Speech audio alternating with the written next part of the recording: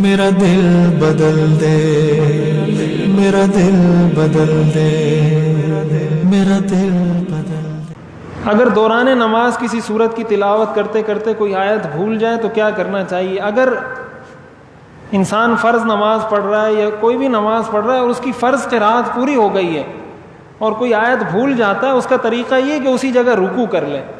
تراویح کا حکم الگ ہے، اس لیے کہ تراویح میں قرآن ختم کرنا ہوتا ہے تو اس میں رکنا جائز ہے، پیچھے سے لقمے کا انتظار کرنا جائز ہے، لیکن فرض نماز میں اگر فرض قرات پوری ہو چکی ہے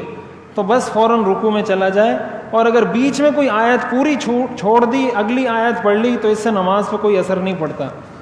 قرات میں بھولنے سے سجدہ سہو لازم نہیں ہے، لیکن اگر قرات میں ایسی غلطی ہوئی ہے جس سے مفہوم بالکل بدل جائے، جیسے ہمارے ہاں نماز میں ایک دفعہ ہوا تھا، تو نماز ہوتی ہی نہیں ہے، الا یہ کہ اسی نماز میں اس کو انسان اسی رکعت میں یا دوسری رکعت میں ٹھیک کر کے پڑھ لے تو نماز درست ہو جاتی ہے، لیکن اس نماز میں درست نہیں کیا تو نماز ہوگی ہی نہیں۔ اگر کوئی ایسی غلطی ہے جس سے مفہوم بالکل الٹ ہو جاتا ہے، یعنی کہیں پہ تھا کہ یہ جنت میں داخل ہوگا، وہاں کسی نے پڑھ دیا کہ یہ جہنم میں داخل ہوگا،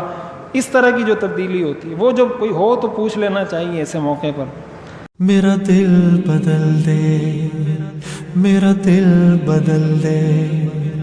میرا دل بدل دے، میرا دل بدل دے۔